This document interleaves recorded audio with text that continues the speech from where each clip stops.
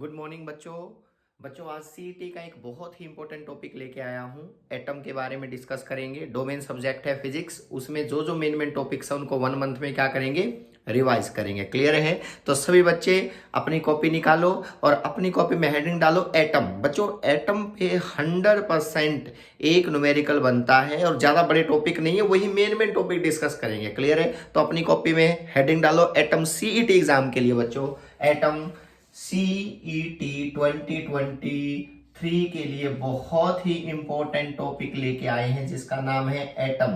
बच्चों रिमेंबर, मैं यहां कोई बड़ा कॉम्प्लिकेटेड ऐसा कोई टॉपिक डिस्कस नहीं करूंगा, ठीक है, क्योंकि सीईटी के लिए है। तो क्या होगा, एटम के अंदर कहां से क्वेश्चन बनता है, पहली चीज आप लोगों को यह पता होना चाहिए। यहां तक बेसिक कि एक न्यूक्लियस होता है और उस न्यूक्लियस के चारों इलेक्ट्रॉन्स रिवॉल्व करते हैं, ये बात तुम लोग सभी को पता है। ये एटम का स्ट्रक्चर है बेटा। मान लिया एक कोई भी न्यूक्लियस है, न्यूक्लियस के अंदर क्या होता है बताओ, पॉजिटिव चार्ज। उसके चारों कौन रिवॉल्व करते हैं, इलेक्ट्रॉन्स रिवॉल्व करते हैं उसके सराउंडिंग में। तो इसका मतलब ये इलेक्ट्रॉन्स हैं और ये न्यूक्लियस पॉजिटिव चार्ज, इसमें प्रोटॉन्स है और क्या है बच्चों, न्यूट्रॉन्स है। यहां तक क्लियर होना चाहिए किसी एटम का स्ट्रक्चर। ये न्यूट्रल होता है, ठीक है। अब सुनो अगला पॉइंट, आप लोगों से एग्जाम में पूछेगा क्या, पहली चीज कि बच्चों यहां से यहां तक जो ये ऑर्बिट है, यहां से यहां तक ये ऑर्बिट है, ये फर्स्ट ऑर्बिट है, ये सेकंड ऑर्बिट है, ये थर्ड ऑर्बिट है। तो ये बताओ न्यूक्लियस से जैसे जैसे ऊपर जाएंगे ऑर्बिट बनेंगे तो उनकी रेडियस कितनी है, पहला क्वेश्चन। तो मतलब पहला जो क्वेश्चन बनता है बच्चों वो है radius of a different orbit. इसमें से आप लोगों से पूछ सकता है डिफरेंट ऑर्बिट्स। जो इसका दूसरा टॉपिक आपसे डिस्कस करेगा ऑर्बिट के बाद में, वो क्या करेगा कि अगर ये मूव कर रहे हैं इलेक्ट्रॉन, ठीक है, तो उनकी अलग अलग ऑर्बिट में स्पीड कितनी है। देखो ऑब्वियस सी बात है, न्यूक्लियस के चारों ऑर्बिट अलग अलग हैं तो स्पीड भी अलग अलग होगी। तो यहाँ पे अलग स्पीड से मूव कर रहा होगा इलेक्ट्रॉन, यहाँ पे अलग स्पीड से इलेक्ट्रॉन मूव कर रहा होगा, यहाँ से अलग स्पीड से मूव कर रहा होगा, ठीक है, क्योंकि 3 ऑर्बिट हो गए बेटा। तो 3 ऑर्बिट के लिए अलग अलग इलेक्ट्रॉन्स की स्पीड बनेगी। तो इसका मतलब यहाँ सेकेंड क्वेश्चन है velocity of A electrons in different orbit. इनमें से 100% न्यूमेरिकल आएगा जो मैं बता रहा हूं, ठीक है। बाद में चाहे सीईटी के बाद चेक कर लेना, ठीक है। अब सुनो अगला पॉइंट। अब थर्ड पार्ट क्या है, रेडियस पता चल गया, अलग अलग ऑर्बिट में कितनी किसकी इलेक्ट्रॉन्स की रेडियस है, ठीक है, ऑर्बिट की। अब है वेलोसिटी कितनी है, सेकंड पार्ट। थर्ड है कि यहां से यहां तक, ठीक है, यहां से यहां तक इलेक्ट्रॉन रिवॉल्व करते हैं तो एनर्जी ऑफ ऑर्बिट कितना होगा, एनर्जी ऑफ ऑर्बिट, रिमेंबर, ठीक है। अब हर ऑर्बिट के साथ एक एनर्जी जुड़ी होती है। करिए हर इलेक्ट्रॉन, अगर मान लिया कि इलेक्ट्रॉन फर्स्ट ऑर्बिट में रिवॉल्व कर रहा है तो आपको उसके अंदर एक एनर्जी मिलेगी, सेकंड रिवॉल्व कर रहा है उसके अंदर एक एनर्जी मिलेगी उस इलेक्ट्रॉन्स की बेटा। तो इसका मतलब थर्ड है एनर्जी ऑफ ऑर्बिट और एनर्जी ऑफ इलेक्ट्रॉन की बात है। Energy of electron in an orbit, energy of electron in an orbit, in an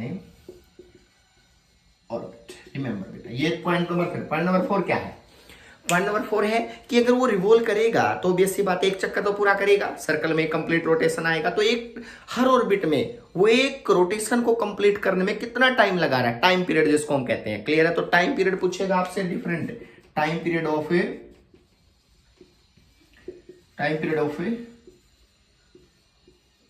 revolution of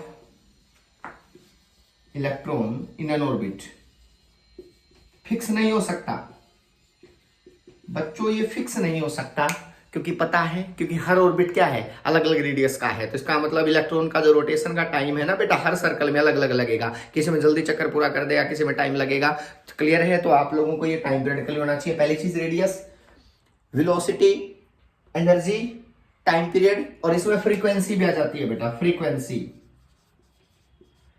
frequency of electron in an orbit,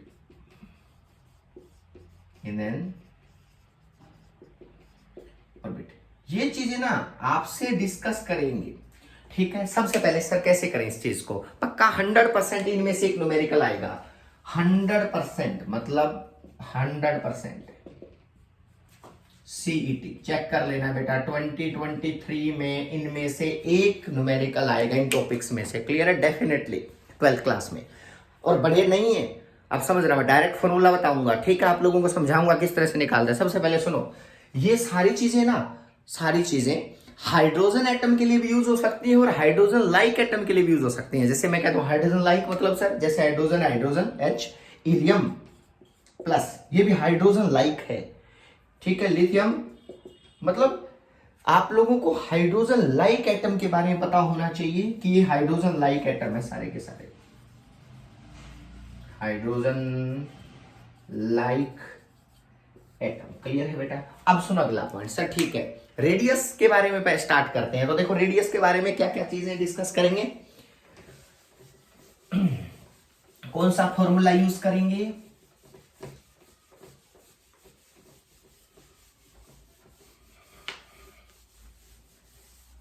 देखो बच्चों जो रेडियस का फॉर्मूला है वो क्या है। जैसे मान लिया बच्चों ये फर्स्ट ऑर्बिट है, यहां रेडियस है, पहला ऑर्बिट, ठीक है, दूसरा ऑर्बिट यहां से यहां तक है, थर्ड ऑर्बिट क्या है, यहां से इनफाइनाइट तक चले जाएंगे। हमें नहीं पता बेटा इनफाइनाइट ऑर्बिट होते हैं, तो इसका मतलब ये हुआ कि हर ऑर्बिट की अलग अलग रेडियस है।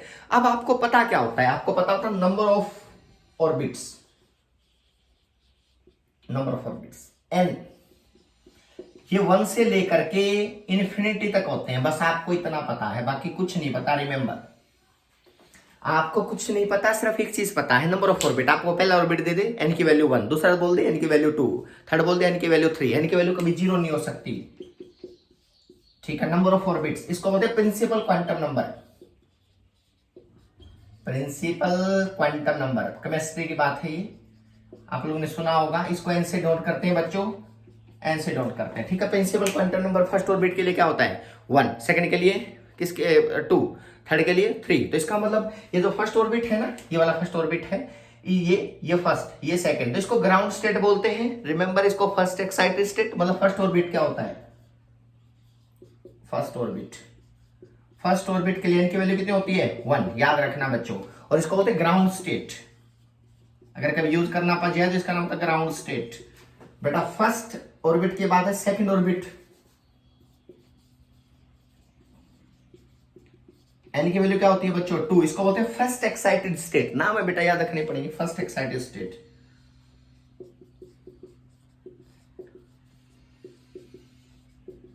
रिमेंबर, थर्ड क्या है बच्चों, थर्ड है, इसके बाद क्या है, आगे बढ़ते जाएंगे तो देखो सेकंड ऑर्बिट को फर्स्ट एक्साइटेड स्टेट बोलते हैं, और एन की वैल्यू कितनी यूज होती है 2, और बेटा जो फर्स्ट ऑर्बिट है उसको ग्राउंड स्टेट बोलते हैं। तो चाहे इसमें आंसर पूछे चाहे इसमें पूछे, बताते जाना। जैसे मैं कह दूं थर्ड ऑर्बिट, थर्ड ऑर्बिट के लिए एन की वैल्यू क्या होती है 3, इसको बोलते हैं second excited state. I think ये तुम लोगों को क्लियर होगा कि इस तरह से स्टेट्स बन गई, ground state, first excited state, second excited state, आगे पता नहीं थर्ड एक्साइटेड स्टेट, एन की वैल्यू वेरी करती जाएगी। तो ये आप लोगों को याद रखना है। क्वेश्चन क्या पूछेगा, फर्स्ट एक्साइटेड स्टेट की रेडियस क्या है, सेकंड एक्साइटेड स्टेट की रेडियस क्या है, तो आपको एन पता होना चाहिए कि एन कौन सा है, सिर्फ एन और कुछ नहीं बेटा। अब सारे आंसर एन में लेके आऊंगा। तो सुनना, मान लिया बच्चों मैं रेडियस की बात करता हूं, फर्स्ट पॉइंट है रेडियस का, रेडियस, ठीक है बच्चों। रेडियस का फॉर्मूला क्या होता है, रेडियस का फॉर्मूला होता है एन स्क्वायर ए नोट, याद रखना, बाई जेड। ये फॉर्मूला तुम लोग ना फिलहाल के लिए याद रखो, इसका प्रूफ होता है 12th क्लास में, लेकिन फिलहाल आप लोगों ने इसको डायरेक्ट याद रखना, इसका प्रूफ में मत जाना, क्योंकि सीईटी के एग्जाम में प्रूफ का कोई मतलब नहीं है। क्लियर है? सुनो, n square a naught by z, n क्या है, नंबर ऑफ ऑर्बिट, बता दिया नंबर ऑफ ऑर्बिट कौन सा है, ए नोट क्या है, कांस्टेंट, बोहर रेडियस बोलते हैं इसको, ए नोट का बोलते हैं बोहर रेडियस। इसकी वैल्यू फिक्स होती है बच्चों, अगर याद रख सकते होगे तो 0.53 एंगस्ट्रोम, क्लियर है ना बेटा। ए नोट यानी कि 10 की पावर 1, ए नोट जो होता है वो क्या होता है 10 की पावर -10 मीटर बेटा, याद रखना ये बात भी। मतलब इसको ये ए नोट का बोहर ये कांस्टेंट है, ये वहीं से आया है, इसको बोलते हैं बोहर रेडियस, फर्स्ट ऑर्बिट की, याद रखना, इसको फर्स्ट ऑर्बिट की रेडियस बोलते हैं। फर्स्ट ऑर्बिट, बोहर रेडियस मतलब फर्स्ट ऑर्बिट की रेडियस बेटा, मतलब फिक्स होती है, सबको पता होती है, फर्स्ट ऑर्बिट रेडियस, इसको बोहर रेडियस बोलते हैं बच्चों। ये बात आप लोगों के माइंड में होनी चाहिए कि ए नोट की वैल्यू फिक्स होती है। आप सेकंड की पुट करोगे तो 2 से रिप्लेस कर देना, 2 का स्क्वायर क्या होगा बताओ, सेकंड ऑर्बिट के लिए n की वैल्यू 2 है तो 4a0, मतलब इसको 4 से मल्टीप्लाई कर देना। हाइड्रोजन है तो z की वैल्यू 1, अगर कोई और है हीलियम है तो z की वैल्यू 2, अगर लिथियम है तो z की वैल्यू 3। तो आप लोग इस तरह से आप लोग z की वैल्यू को रिप्लेस कर सकते हो। हाइड्रोजन है, हाइड्रोजन लाइक के लिए, सबके लिए हाइड्रोजन या हाइड्रोजन लाइक के लिए ये कंसेप्ट यूज है बेटा। अब आप लोगों को ये फॉर्मूला रट लेना है, n square a not by z, पक्का 100%। इसमें से कुछ भी पूछ सकता है। रेडियस जैसे मैं कह दूं फर्स्ट सेकंड ऑर्बिट की रेडियस, सेकंड ऑर्बिट के लिए कितना होता है बताओ, n की वैल्यू 2, n की वैल्यू 2 रिप्लेस करेंगे तो आपको पता है जो रेडियस कितनी आगे बताओ सेकंड ऑर्बिट की, यहाँ पे 2 का square into a note fix है, ये बाद में रिप्लेस करते रहना। हाइड्रोजन के लिए तो z की वैल्यू कितनी है 1, तो आपका आंसर आएगा 4a0। ये आप लोगों के लिए किसके लिए बताओ, सेकंड ऑर्बिट का आंसर है, उसकी रेडियस इतनी मिलेगी, मतलब इसकी रेडियस यहां से यहां तक की 4a0 मिलेगी, 4a0 ये सेकंड ऑर्बिट है। थर्ड के लिए कितना मिलेगी 9a0, तो इसका मतलब कहीं ना कहीं आप लोग उसकी रेडियस निकाल रहे हो, न्यूक्लियस से कितनी कितनी डिस्टेंस के ऊपर इलेक्ट्रॉन रिवॉल्व करते हैं सर्कुलर पाथ में। क्लियर है बेटा, तो ये आप लोगों के लिए है वो रेडियस वाला कंसेप्ट। अगला पॉइंट समझना जो और भी इंपॉर्टेंट है आप लोगों के लिए। क्लियर है, नेक्स्ट क्या है, नेक्स्ट है अगला पॉइंट,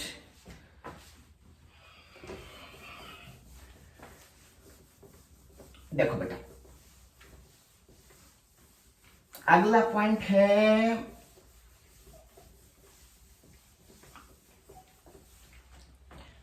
सेकंड पॉइंट, उसके बाद है energy, energy of electron in an orbit.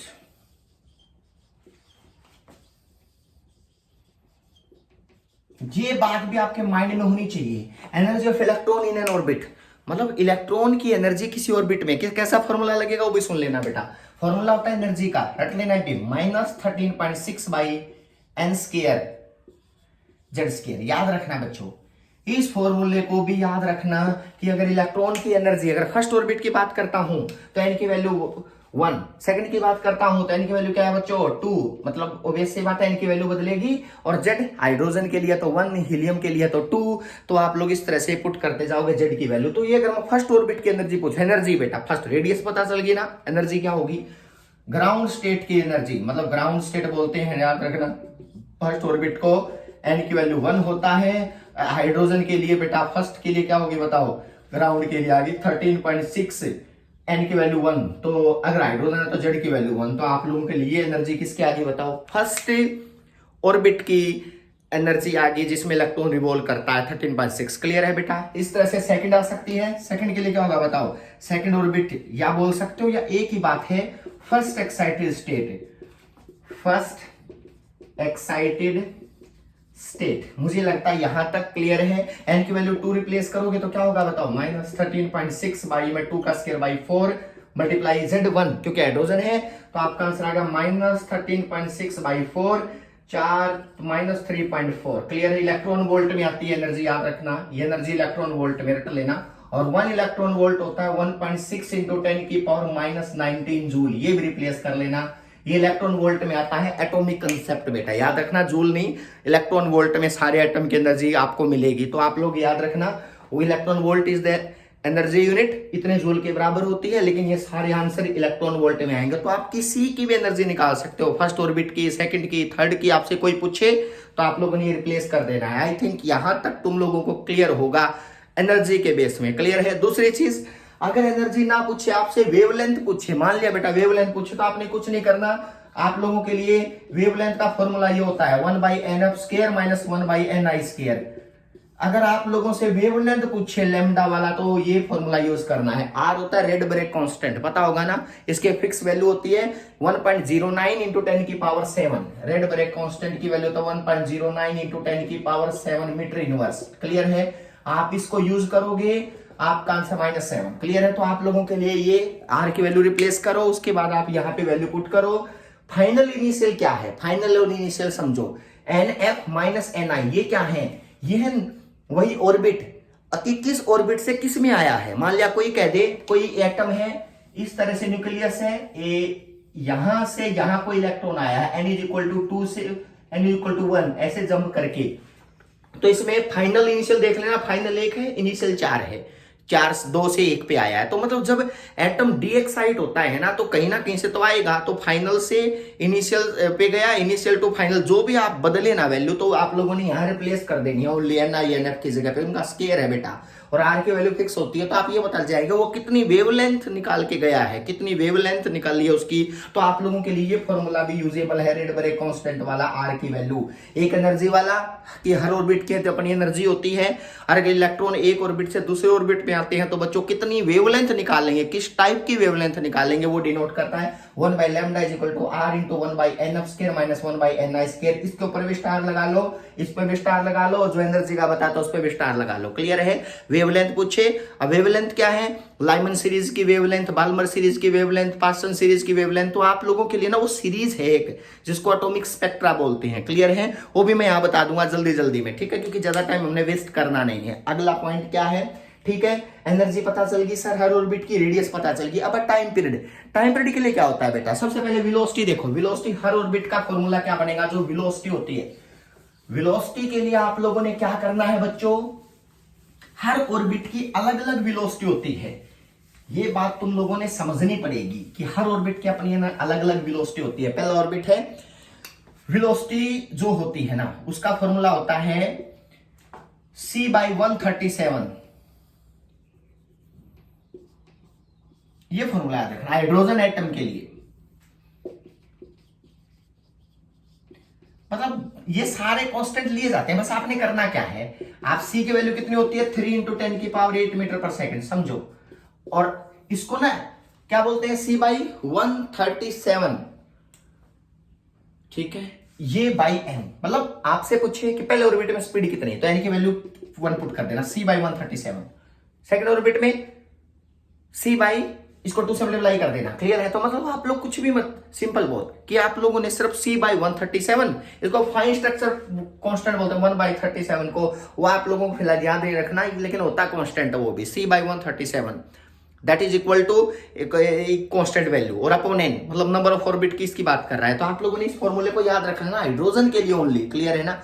तो हाइड्रोजन के लिए आप लोगों ने c/137 × n इस फॉर्मूले पे याद रख लो। वेलोसिटी, पहले ऑर्बिट में कितनी स्पीड, पहले ऑर्बिट में कितनी तेजी से रोटेट कर रहा होगा c/137, दूसरे में कितने से रिपीट कर रहा होगा c/2 मल्टीप्लाई, बस इनको सोल्व करते रहना बेटा।